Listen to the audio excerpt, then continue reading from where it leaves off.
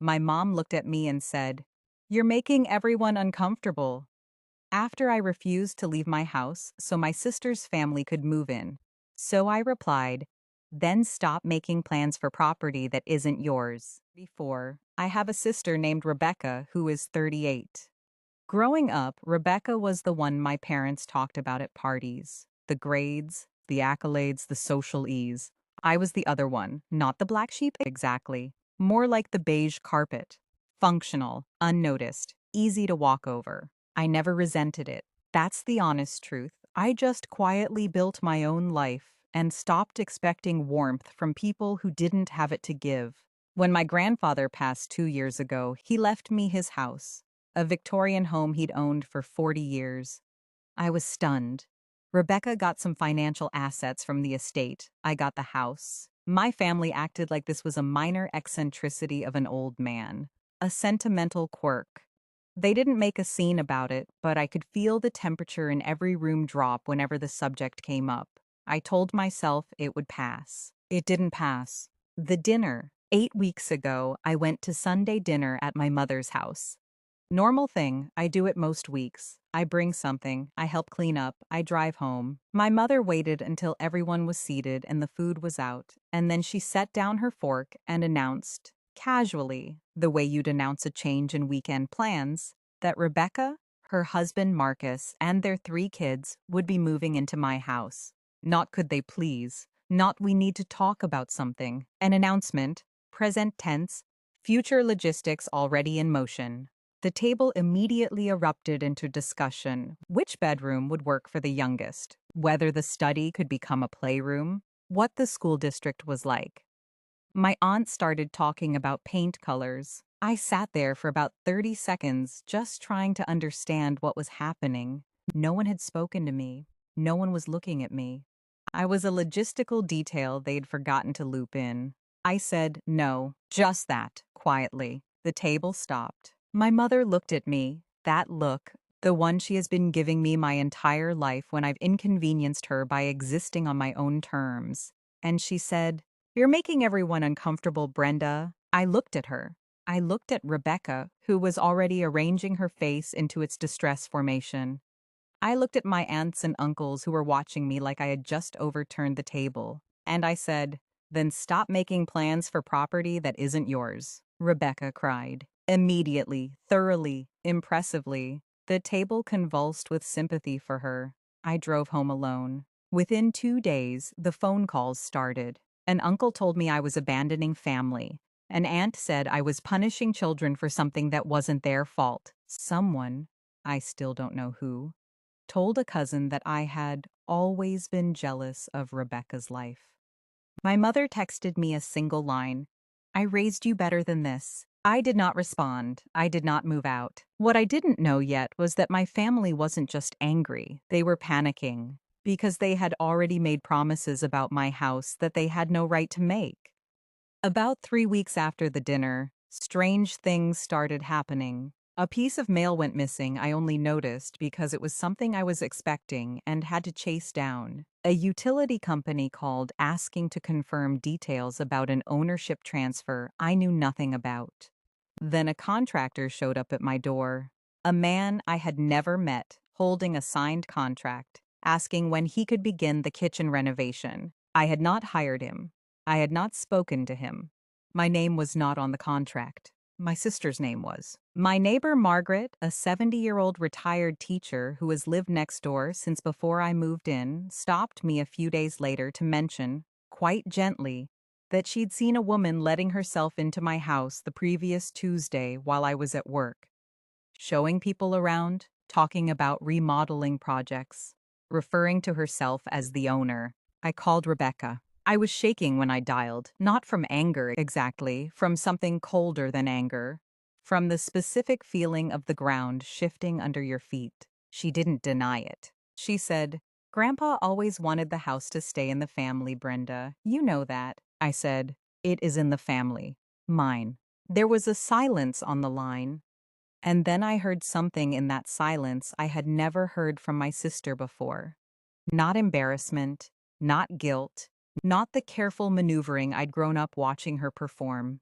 Hatred, flat, old, patient hatred. The kind you don't develop overnight.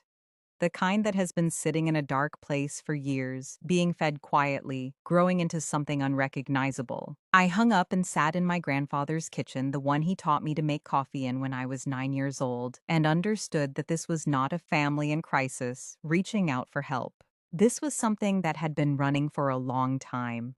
Before the dinner, before the phone calls, before any of it.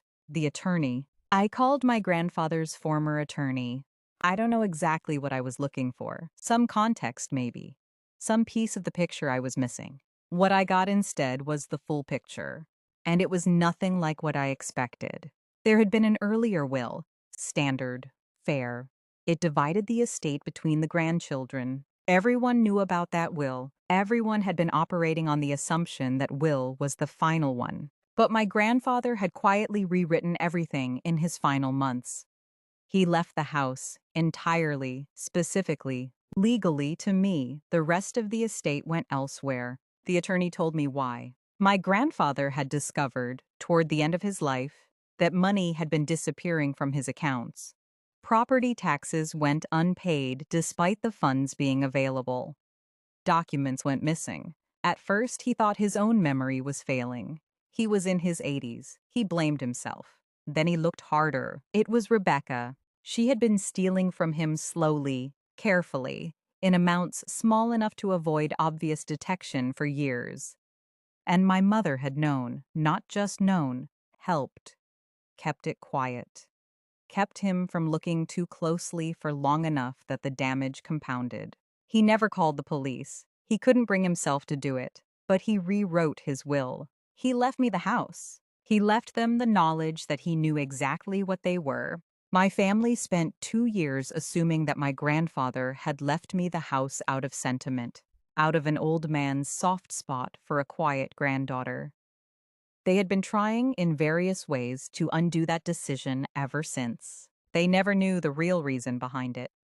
Now I did. I hired an investigator through my attorney. I told myself I was just trying to understand the full scope of things. What we found over the next few weeks made me sit down on the floor of my living room and stay there for a while. Rebecca and Marcus's financial situation was not a recent setback. It was catastrophic and years in the making.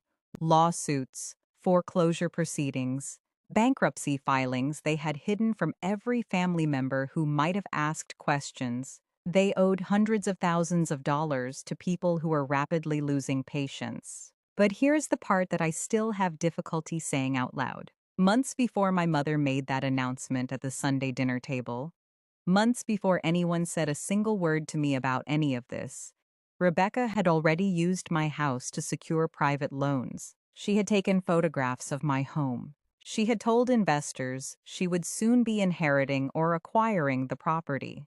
She had provided documents, forged documents, suggesting ownership was in the process of being transferred to her. Multiple investors were expecting to be repaid through the future sale of my house. She had, in practical terms, sold a home she did not own, using my name, my property, my grandfather's house. And if I refused to leave, if I refused to cooperate with the plan my family had constructed without my knowledge or consent, her entire fraud collapsed.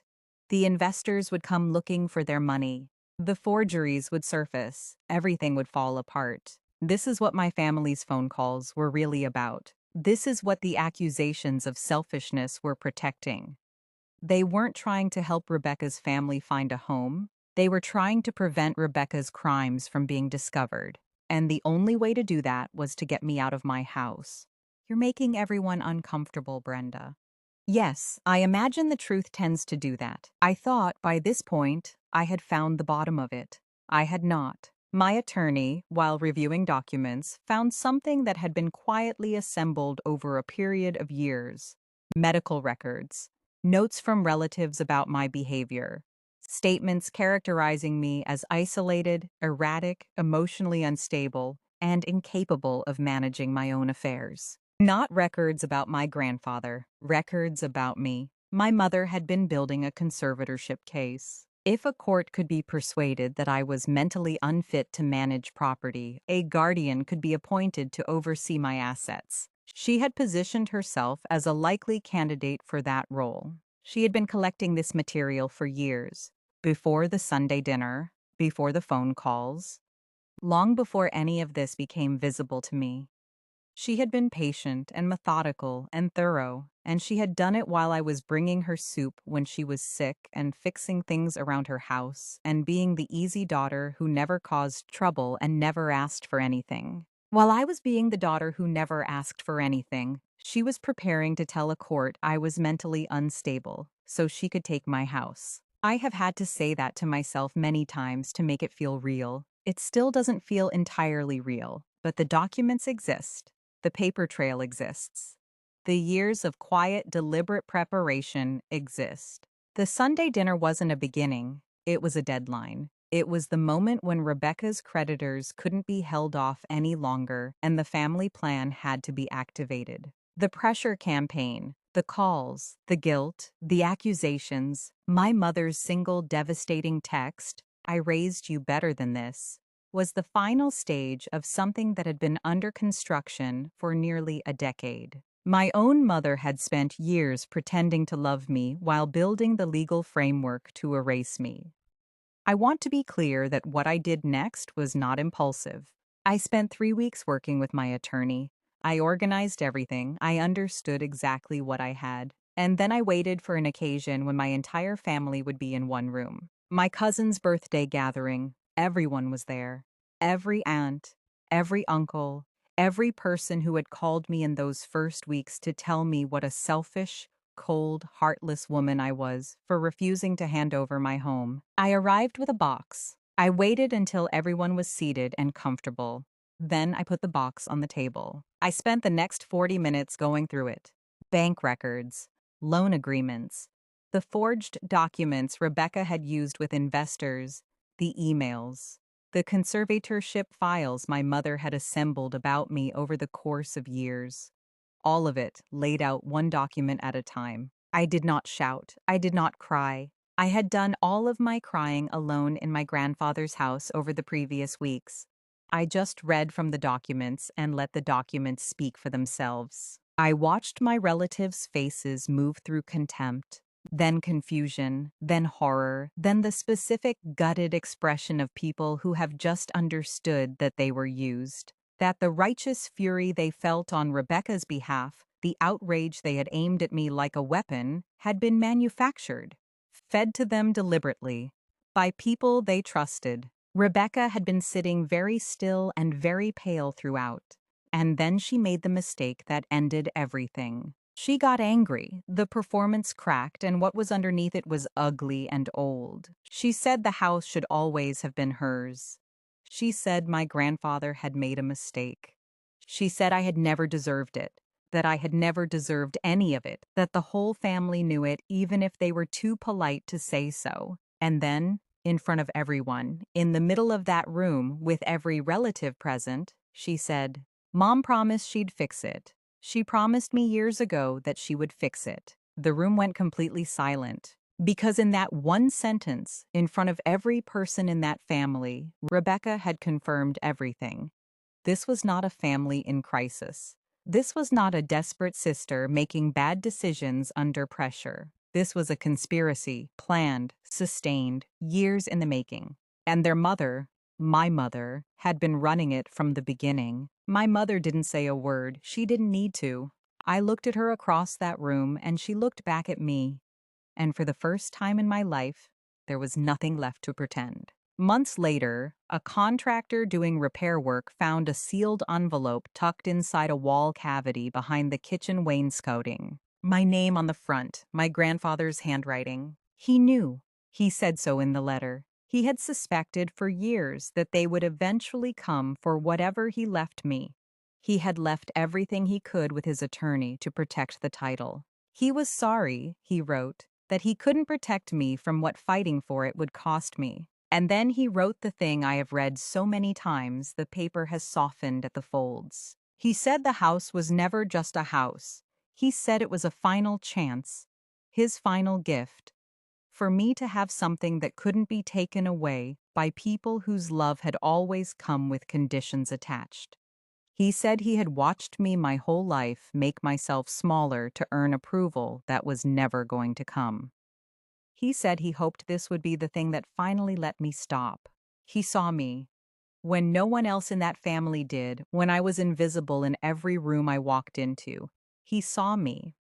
Rebecca was charged with wire fraud and forgery. Marcus turned state's evidence and left. Several civil suits from investors are ongoing. The legal process will take years. Some relatives apologized. A handful of them meant it.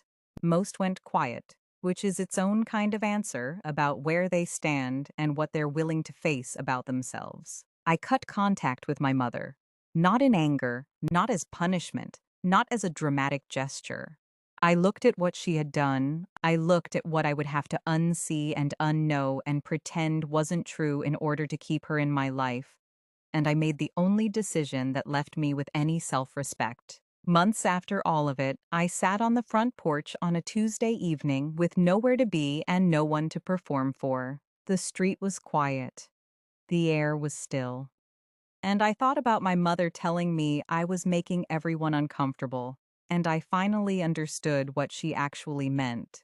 The truth was making them uncomfortable. Because the moment I refused to surrender what was mine, they could no longer hide what they had become. And I had spent 34 years shrinking myself so they wouldn't have to face it. I don't do that anymore. The house is mine. The porch is mine. The quiet is mine. And for the first time in my life, that is enough.